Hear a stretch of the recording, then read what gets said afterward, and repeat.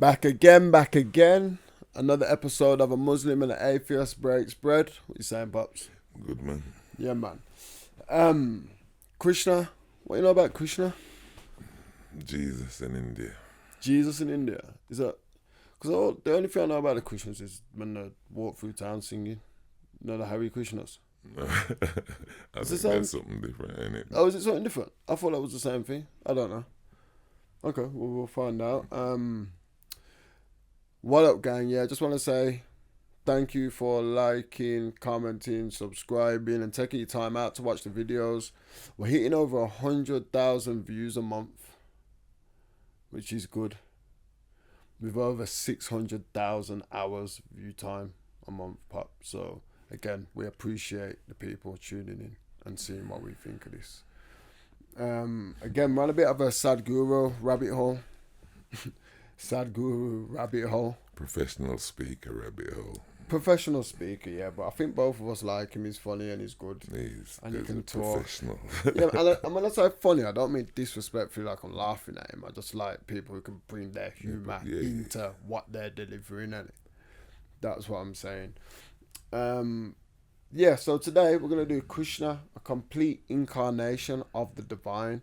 As I said, I don't really know a lot about Krishna, so I am interested in this because we've spoke about it before and that people have said that he's Jesus in India. So hopefully he touches on that.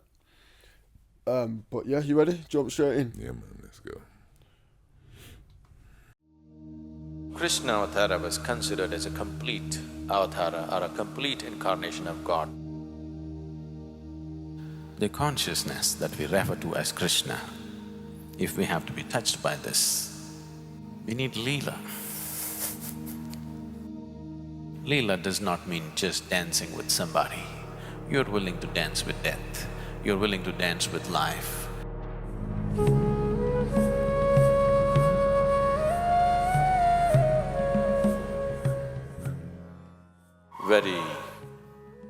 Very few human beings ever get to be placed in as complex situations as Krishna was placed. In one human being's life, going through the variety of situations that he went through is generally, it doesn't happen to most human beings. And in all these situations that he was faced with, the clarity of vision that he exhibited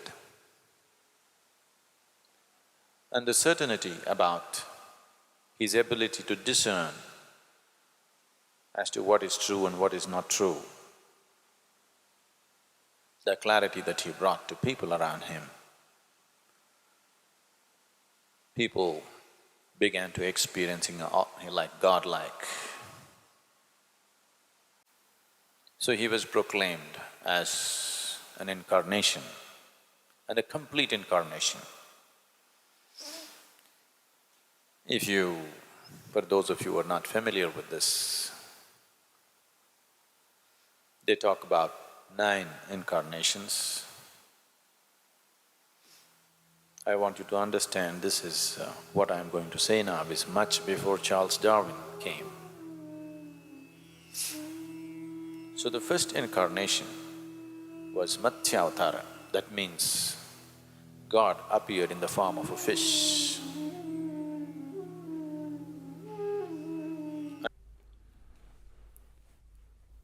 It's come from my mind.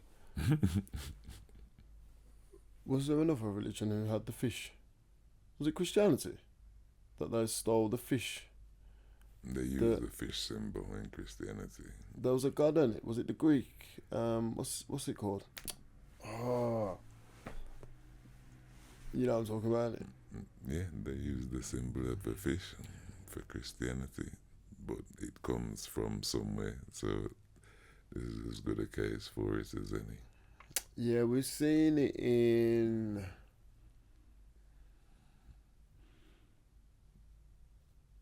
I can't remember, but that was a trophy anyway, and they had the fish person. You know what I'm talking about, the Serapis? Yeah. Serapis, yeah. Serapis. Serapis, they had the fish thing in there. That was Christianity before Jesus, and we was looking at them times. Yes. And you know, Charles Darwin went about proving the first form of life on the planet were water life, fish.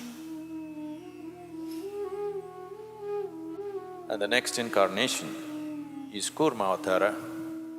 That means it's a turtle, it's an amphibious animal, half water, half land. Charles Darwin said this also.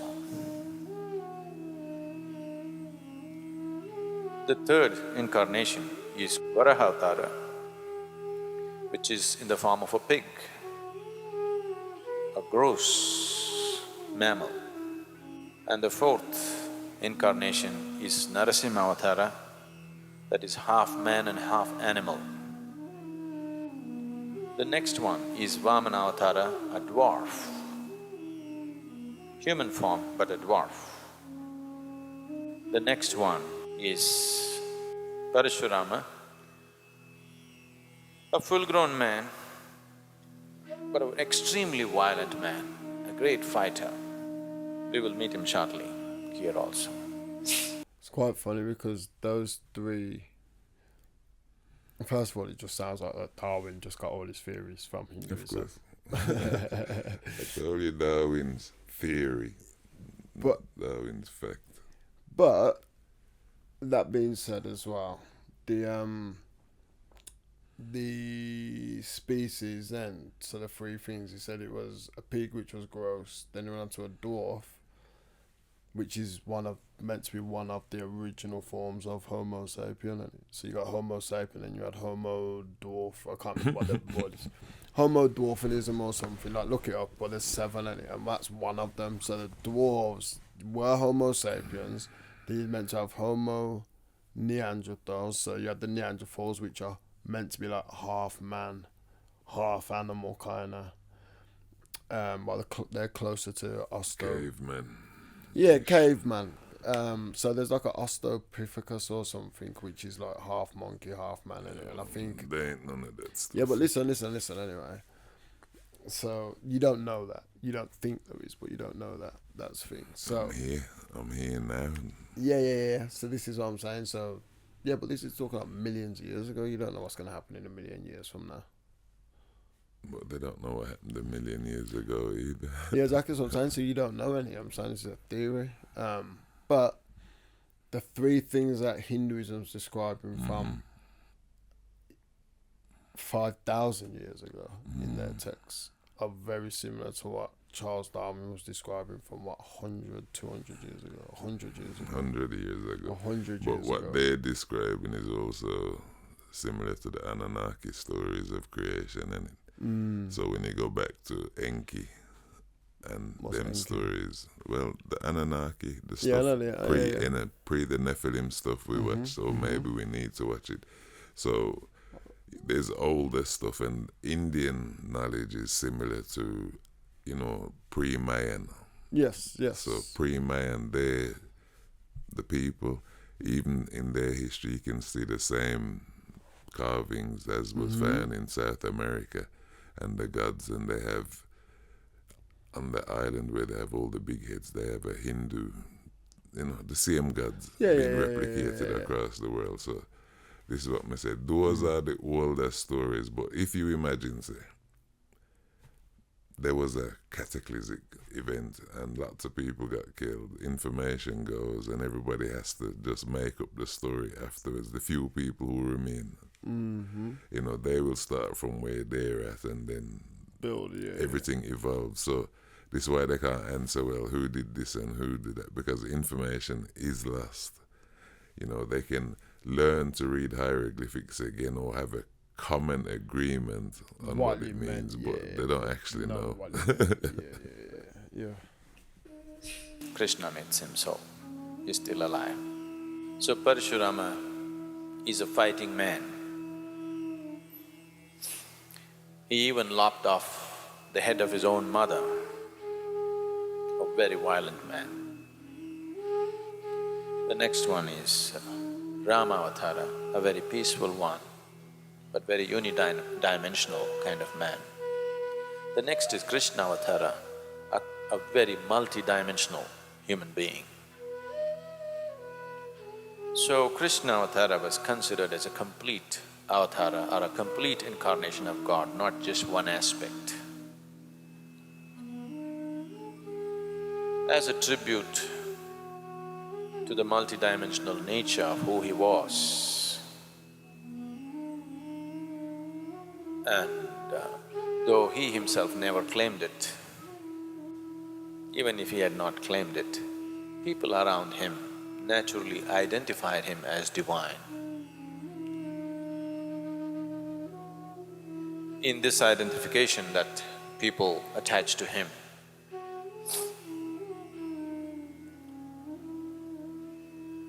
the whole culture evolved around this identity of Krishna being a complete incarnation of the divine.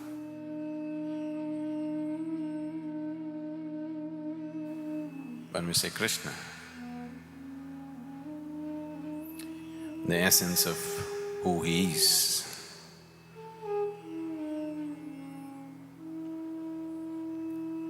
he is an irrepressible child, a terrible prankster, an enchanting flute player, a graceful dancer, an irresistible lover, a truly valiant warrior, a ruthless vanquisher of his foes, a man who left a broken heart in every home.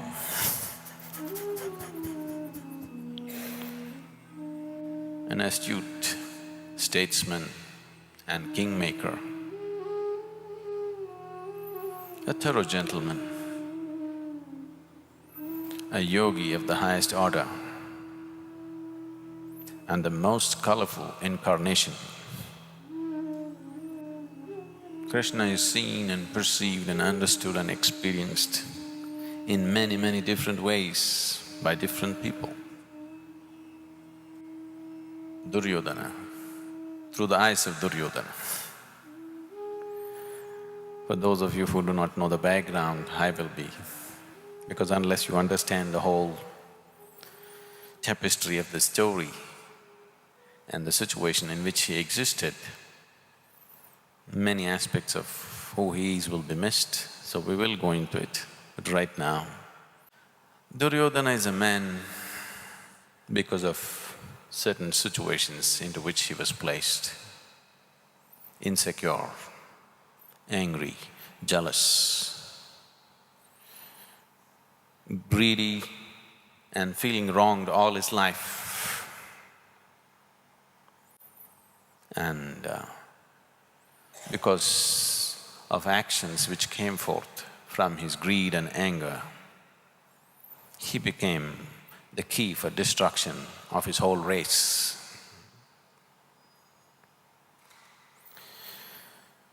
In Duryodhana's words, he is a smiling rogue, if there was ever one. He can eat, he can drink, he can sing, he can dance, he can make love, he can fight, he can gossip with old women, play with little children. Who says he is God? That's Duryodhana's perception. Shakuni, the very embodiment of deception and cunning. Shakuni says, let us suppose he is God. So what? What can a God do? God can only please those devotees who please him. Let him be God. I don't like him. And when you don't like somebody, you must praise them. That's deceit. Radha,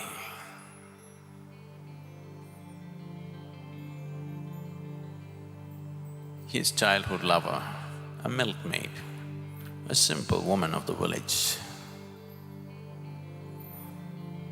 But with such unfaltering love and devotion, she has become so big that today you cannot talk of Krishna without Radha. We don't say Krishna Radha, we say Radha Krishna. She has become a simple village woman. She has become as significant as Krishna or little more significant than him. She said, Krishna is with me. He's always with me. So is it Radha Krishna or is it Hare Krishna? Or is there different Krishna gangs? I think there might be different, you know. Because these Krishnas, I don't know, man, maybe Harry's just Well, he means said, the we said suffix. Radha, so they put the two of them together and create something new. We know Krishna and there's two different people, but maybe similarly with the other group, they're talking about two different people as well, Hare Krishna in it. So maybe there's a Hare and there's a Krishna, another story further down. I'm just thinking, is it Hare Krishna or are we just… Radha Krishna. Yeah, or is That's it what I Radha? was saying. Or is it? And we've just like, Who now they're knows? saying Hare Krishna, it's not the man, I would be saying Hare Yeah, Krishna. yeah. Again, comments, please let us know. Yeah, so, but that's his woman, isn't it? Is what they're saying. They're two different Yeah, people. he's him queen. So, yeah. But she's become more important than him, so I want to see where this goes. Them right. Wherever he is, whoever he is with, he's still with me. That's her perception. Vainteya, a youth who was the Garuda chief's eldest son, living on the mountains of Gomantak. A sprightly youth, because of a certain ailment, became totally crippled.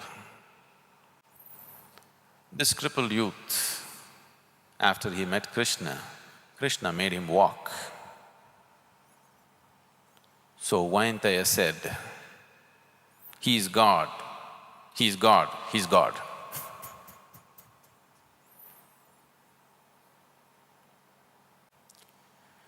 Akrura, an uncle of Krishna, a wise and saintly being,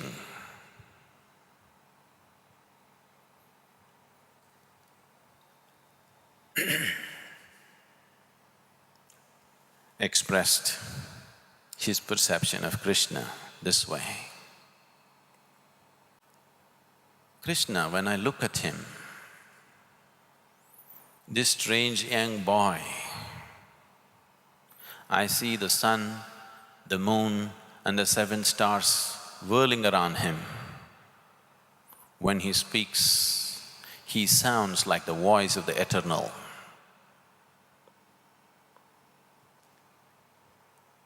He's the hope. If there is hope in this world, he's the hope. Sikandin, a tortured human being, because of a certain situation within himself, right from his child. This is an absolutely tortured soul. So Sikandin said, Krishna never gave me any hope, but when he is there, the breeze of hope touches everybody. I can go on like this. Different people saw different facets of who he is.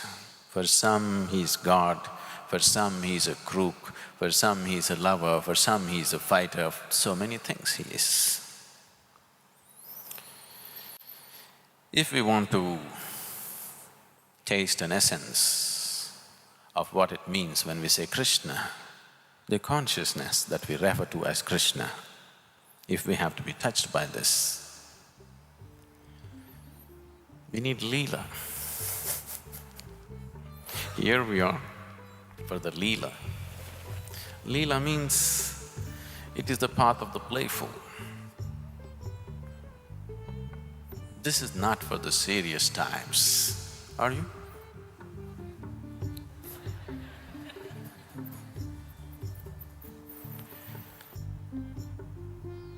Because So Krishna sounds almost like another state, like Brahma, or, you know, Yeah, it's yeah, something he's- to he's be another- achieved in contrast to. being Jesus. I was just about to say this. Like, the whole thing with Krishna being Jesus wouldn't go because I'm sure Krishna was Before. around before Yeah, yeah. Jesus, like a long time before. However, I think all their deities are part of Brahma. All Yes, of them. and them is aspects of Brahma reflected in these things. So what I'm But trying to he's say, the Krishna purest is the form. one, the complete. Yes. Right, but even in doing that, in terms of the interaction between I and I, or the man and Krishna, then it's not so much who he is or what he is, it's just that he represents, you know. The highest form. Well, this is what it says, when you're trying to do Krishna, you understand? So it's like an act, or you're trying to be pious. Yeah, I'm trying yeah. to be like Krishna at this point, or I'm trying to be like Joe down the road. So each of them represents a character and a state, and if you can present that, then you'll be being like them. I suppose, kind of thing I'm Yeah. trying to say. But they use a human representation of, so Krishna becomes a human being based on everything that them write him into humanity by that. So then if it's something to be achieved, because But I could be confused as well. Like, Krishna might not actually be a god. Krishna might just be a man that they've said just has. no, he's a god reincarnated. He's one of the, all them gods come as humans, and it Well, in human form, one way or kinda. another. Yeah, They're kinda. reincarnated. Yeah, but you could also, like, they've said a complete incarnation of the divine. So it's almost like saying Jesus was an incarnation of God, and That's what they try to say. that's what I'm trying to say. Innit? So, But he that's was the still link with human. Christianity and Hinduism, where them try to connect and justify things in one from the other. You know, whereas there's no connectivity because the Indian culture exists before the Romans and Greek culture. But the Ethiopian culture was also, like me say, around like one of the oldest as well, isn't it? yeah, and the Buddhas was the Africans from Ethiopia and them places in the first instance. So What, it Buddha's goes come back from further Africa? in Africa than it goes in India. India. But I think there's a Different. connection between Buddhism and Hinduism, or Buddhism in Africa and Buddhism in Well, the Indus. Because when I say playfulness,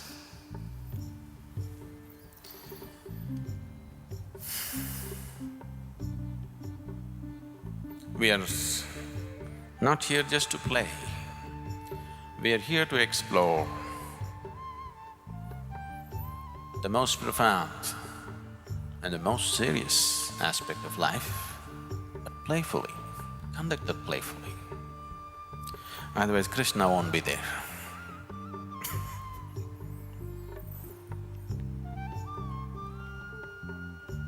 The reason why the most profound dimensions of life have been missed by the vast population in the world is because they do not know how to be playful. If you want to explore this path playfully, if you want to be playful, you need a heart full of love, a joyful mind, and a vibrant body. Otherwise, there's no Leela. If one has to explore the most profound dimensions of life in a playful way, They must be willing to play with their awareness, with their imagination, with their memory, with their life, with their death. They're willing to play with everything. Only then, Leela. Leela does not mean just dancing with somebody. You're willing to dance with death. You're willing to dance with life. You're willing to dance with your enemy. You're willing to dance with the one whom you love. You're willing to dance the last moment of your death. Only then there is Leela.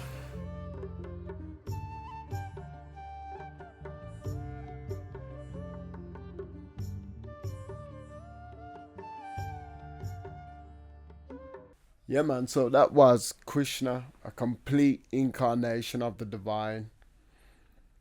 So yeah, I think we kind of summed it up just a moment ago. Like, I'm honestly still confused about, is Krishna the people that Hare Krishnas pray to? That's a different topic. Is when we're, I don't know where this relation between Krishna and Jesus comes from. I just think that comes from the fact that The Christians and yeah, so I was gonna say, I Asians think don't that's try to put Jesus into their story. It's Christians that try to exactly. find So they've similarities. seen like, oh, well, there's a complete incarnation of the divine. Maybe Jesus is Krishna, which I can't really see the link, other than the fact that they're both in human form and they're both meant to be the closest thing to their gods. The difference Perfection. the difference what I see is, right, there are two prevailing stories about Jesus. There's Jesus, the man, who had a man and a normal human life, but allegedly was incarnation of God. Yeah, right? yeah. Allegedly. So that would sound like Krishna, whereas the Roman Catholic one, He's God. he's no contact with nobody, and in other words, no fun, no playfulness. Yes. And them trying to yes. portray that one as the prevailing image of God rather than this one where the Hindu one is the playful, sex, lover, the best at Everything. everything. And if you look at yeah. Islam and them saying, the best of them use this a lot, the best, Prophet Muhammad is the best of, Islam is the last, the best of, and that same kind of top shelf approach to everything. Yeah. The marketing. So like I said, it's opened my eyes up to what Krishna is, and obviously him being a divine being. But I would like to know the differences, and if what I thought Krishna was over the years, and again I'm bringing it back to Hare Krishnas, that could be completely wrong. But yeah, man, another good video. We'll dive into this a bit more and dive into what I want to know is, and what I liked about that is the bit where he talks about Darwinism and how Darwinism's writings actually align with Based on, I think the suggestion was based on. based on the Hinduism. So basically, Darwinism, Hinduism's.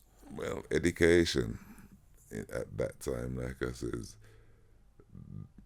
when did England start having universities and higher education courses for the masses? You understand? Not till quite late. Right, so Darwin and these people are products of that. Like I said, what they call the Dark Ages is when they didn't know anything, and the rest of the world wasn't in a Dark Age. England was in a Dark Age, but once they came through that and plagiarized everything that was good, then they became an empire. Prominent, yeah, man. All right then, Krishna, a complete incarnation of the divine. Sadhguru, we out. Peace. That's all she wrote. Done for the desert. Roughly.